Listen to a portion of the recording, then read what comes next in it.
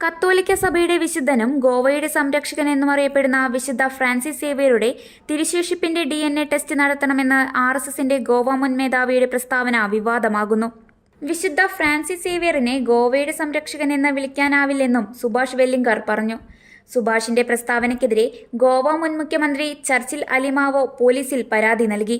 സാമുദായ സൗഹാർദ്ദം തകർക്കാനുള്ള ബോധപൂർവമായ ശ്രമം നടത്തുന്ന സുഭാഷിനെ അറസ്റ്റ് ചെയ്യണമെന്നും അലിമാവോ ആവശ്യപ്പെട്ടു.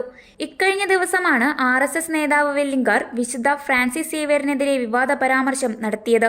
ഹിന്ദുക്കളും ക്രിസ്ത്യാനികളും മുസ്ലിങ്ങളും സൗഹാർദ്ദത്തോടെ താമസിക്കുന്ന ഗോവയിൽ സമാധാന അന്തരീക്ഷം തകർക്കാൻ ശ്രമിക്കുന്ന വെല്ലിംഗറിനെതിരെ നടപടി വേണമെന്നാണ് അലിമാവോ ആവശ്യപ്പെട്ടത്. സമുദായ സൗഹാർദ്ദം തകർന്നാൽ ഉത്തരവാദി ഗോവ മുഖ്യമന്ത്രി പ്രമോദ് സാവന്ത് ആയിരിക്കുമെന്ന് അദ്ദേഹം മുന്നറിയിപ്പ് നൽകി. വെല്ലിംഗറുടെ പ്രസ്താവനയ്ക്കെതിരെ കർശന നടപടി സ്വീകരിക്കുമെന്ന് നിയമസഭയിൽ പ്രമോദ് സാവന്ത് വ്യക്തമാക്കിയെങ്കിലും പോലീസ് അദ്ദേഹത്തിനെതിരെ നടപടിയൊന്നും സ്വീകരിച്ചിട്ടില്ല. പാരമ്പര്യമായി 10 വർഷത്തിലൊരിക്കൽ മാത്രം വിശുദ്ധ ഫ്രാൻസിസ് സേവ്യറുടെ തിരുശേഷിപ്പ് പൊതുജനങ്ങൾക്ക് വണങ്ങാനായി അവസരം നൽകാറുണ്ട്.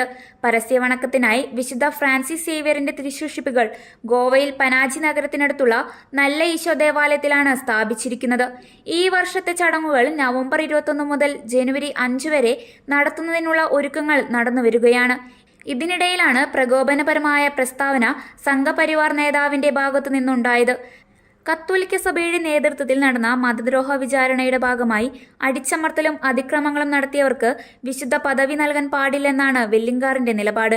ചരിത്രപരമായ ഈ വസ്തുതയുടെ അടിസ്ഥാനത്തിൽ ഫ്രാൻസിസ് സേവ്യറിനെ ഗോവയുടെ സംരക്ഷകനായി അംഗീകരിക്കാനാവില്ല. ഇതാണ് താൻ ചൂണ്ടിക്കാട്ടിയതെന്നാണ് വെല്ലിംഗറുടെ നിലപാട്. വിശുദ്ധ തോമസ് ലിഹായ്ക്ക് ശേഷം സുവിശേഷ പ്രചാരണത്തിനായി ഇന്ത്യയിലെത്തിയ സ്പെയിൻ സ്വദേശിയായ മിഷണറിയാണ് വിശുദ്ധ ഫ്രാൻസിസ് സേവ്യർ. 1512 രോഗം ബാധിച്ചു മരണമടഞ്ഞ വിശുദ്ധ ഫ്രാൻസിസ് സേവ്യറിന്റെ ഭൗതികദേഹം അടക്കം ചെയ്തിരിക്കുന്നത് ഗോവയിലെ നല്ല ഈശോ കത്തീഡ്രലിലാണ്. യുനെസ്കോയുടെ ലോക പൈതൃക പട്ടികയിൽ ഈ പള്ളിയും ഉൾപ്പെടുന്നു.